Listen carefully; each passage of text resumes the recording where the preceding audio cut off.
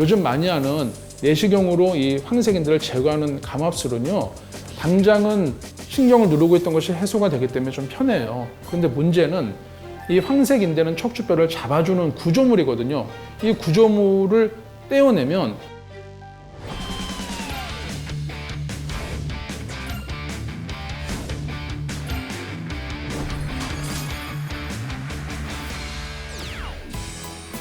안녕하세요. 재정형외과 서희수 원장입니다. 오늘은 척추관 협착증 치료의 성공률을 높이기 위해서는 어떻게 하는 것이 좋은지 맞춤 치료법에 대해서 말씀을 드리도록 하겠습니다.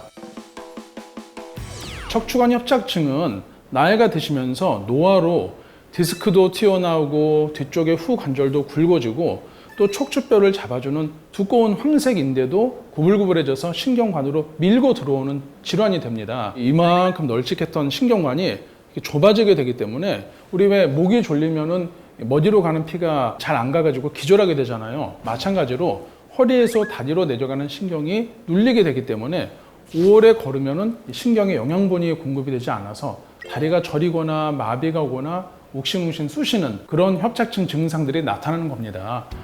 그런데 협착증 통증의 원인은 협착에만 있는 것이 아니에요. 노화로 인해서 신경관만 좁아지는 것이 아니라 앞쪽의 디스크도 망가지게 되고 뒤쪽에 후 관절이라는 척추 뼈마디도 퇴행성 관절염이 오게 되기 때문입니다.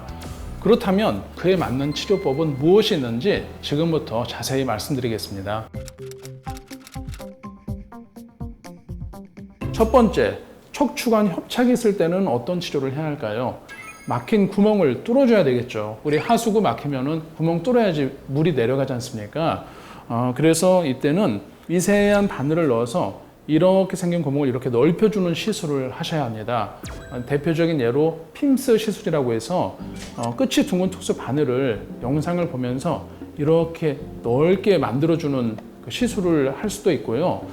최근에는 추간공 확장술이나 신경관 확장술이라고 해서 바늘보다 조금 더 두꺼운 카테터를 넣어서 구멍을 넓혀주기도 합니다. 방금 말씀드린 협착을 풀어주는 핌스나 이 신경관 확장술은 쉽게 생각하시면 우리 창문에 거미줄이 쳐져 있는 것을 이 막대기를 넣어서 이렇게 넓혀주는 거라고 생각하시면 됩니다. 좁아진 구멍을 이렇게 넓혀주기 때문에 신경이 숨을 쉴 수 있게 하는 것이죠. 그래서 증상을 완화하는 것인데 다만 올바른 자세를 유지하지 않으시면 막힌 구멍은 영구적으로 있는 것이 아니라 좁아질 수 있습니다. 따라서 허리를 항상 꼭 곧게 펴시고 구부리지 않도록 주의를 하셔야 되겠습니다. 두 번째 협착증 통증의 원인은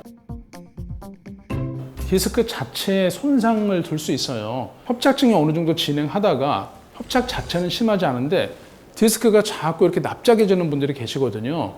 이 디스크를 저희가 호떡에 비유를 하면은 높이가 점점 낮아지면서 이 안에 내용물이 흘러나오게 됩니다. 그런데 이때 가장 최초의 현상은 디스크 주변을 감싸고 있는 섬유균이라는 인대가 이렇게 파열되는 거예요. 디스크 속에는 말랑말랑한 내용물이 있는데 이것을 감싸고 있는 인대가 있거든요. 이 인대가 뜯어지면서 쿠션 역할을 해주는 내부의 젤리 성분들이 슬금슬금 밖으로 빠져나오는 겁니다. 피를 다 빨리면 이렇게 좀비같이 되잖아요. 척추 디스크도 마찬가지입니다. 겉으로는 멀쩡해 보이지만 내부에 있는 젤리 같은 물질이 점차 빠져나오면서 디스크가 탄력을 상실하게 돼요. 그러면 작은 충격에도 우리 허리가 탄성이 없기 때문에 충격 흡수를 못하게 되고 그 충격이 고스란히 신경에 전달이 됩니다. 따라서 이때는 디스크 자체를 복원해 줘야지 어떤 통증에서 해방될 수가 있겠습니다. 디스크 손상 자체를 해결하는 방법으로는요, 대표적인 것이 바이오 콜라겐 주입술을 둘 수가 있어요. 디스크 바깥쪽에 인대가 뜯어져서 속에 있는 물질이 자꾸 빠져나오게 되다 보니까 이 바깥쪽을 테두리를 막아주는 겁니다.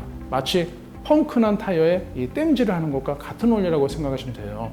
그래서 영상을 보면서 부분 마취 하에서 특수한 바늘을 삽입을 합니다. 이후 콜라겐을 찢어진 섬유전 인대에 주입하게 되면 마치 본드 역할처럼 손상된 디스크를 감싸고 있는 인대가 복원이 되거든요. 그래서 구멍난 타이어에 땜질을 하는 것과 같은 원리로 디스크가 더 손상되는 것을 방지한다라는 개념의 시술이 되겠습니다. 최근에 미국의 코넬 대학교 병원에서는 디스크 내부의 물질과 유사한 물질을 집어넣는 치료도 시행을 하고 있어요. 우리 펑크난 타이어를 땜질만 할 것이 아니라 아예 공기를 주입하는 것이죠. 안에 공기를 빵빵하게 주입하는 것처럼 이 디스크 속의 성분과 유사 물질을 집어넣습니다. 그래서 디스크 높이를 회복시킨 다음에 바로 콜라겐을 투여를 해서 땜질을 해버리면 납작했던 디스크가 원래의 정상 모양의 팽팽한 디스크 모양이 되도록 한다라는 것이 치료의 개념이 되겠습니다. 세 번째 협착증 통증의 원인은 후관절이라고 제가 말씀드렸는데요. 척추는 원래 알파벳 C자 모양으로 약간 휘어져 있습니다. 우리 S라인이라고 흔히 얘기를 하잖아요.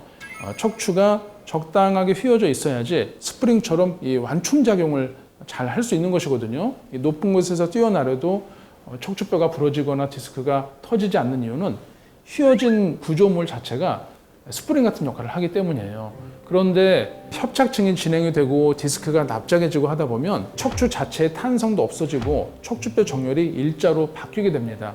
이때는 척추 앞쪽의 디스크보다는 체중이 뒤쪽에 있는 후관절에 많이 실리게 되고요.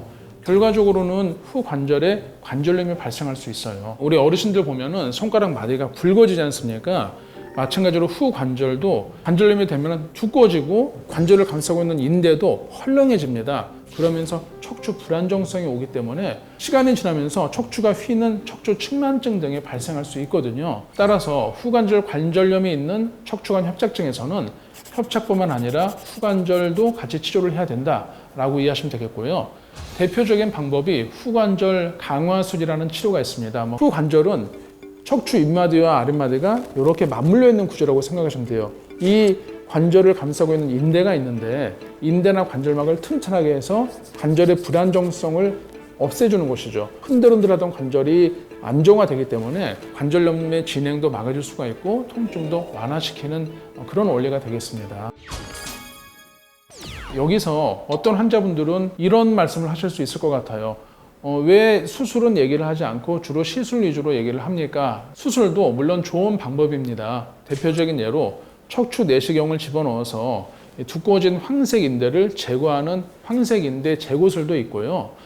또 최근에는 인공 디스크를 넣어서 손상된 디스크를 대체하기도 하고 척추뼈와 뼈의 불안정성을 나사를 박아서 굳히는 유압 수술을 시행을 하기도 해요.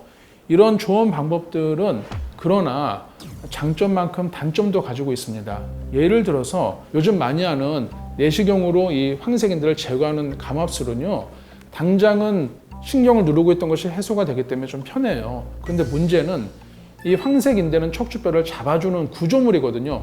이 구조물을 떼어내면 장기적으로는 척추에 불안정성이 생기게 됩니다. 그러면은 한 1, 2년, 2, 3년은 편할 수 있지만 척추 불안정성으로 인해서 나중에는 나사를 박아서 척추 윗마디와 아랫마디를 고정시키는 유압 수술이 필요할 수도 있어요. 그리고 인공 디스크의 경우에는 안타깝게도 인공 디스크의 수명이 한계가 있습니다. 우리 무릎 인공관절도 많이 하는데요. 무릎 인공관절의 수명은 10년 정도 이상을 보는데 인공 디스크는 수명이 10년 아래인 경우가 많아요. 그런데 닳아진 인공 디스크를 제거하고 다시 갈아 끼는 수술은 상당한 위험성이 따르거든요. 처음 인공 디스크 수술할 때보다 수술 난이도가 한 최소 3배에서 5배는 올라갑니다. 그렇기 때문에 함부로 수술을 하지 말자라고 말씀을 드리는 거고요. 교과서적으로 말씀을 드리면 보행장애, 마비로 인한 보행장애가 있거나 대소변 장애가 있거나 혹은 정말 내가 화장실을 왔다 갔다 하는 것도 힘들 정도로 일상생활이 안 될 정도의 극심한 통증이 없다면 먼저 비수술적인 치료나 재활치료, 다양한 시술들을 해볼 것을 저희가 권유를 드리고 있고요. 그럼에도 불구하고 6개월, 12개월 이상 증상이 호전되지 않는다 할 때 한해서 수술적인 치료를 권유를 드리고 있습니다.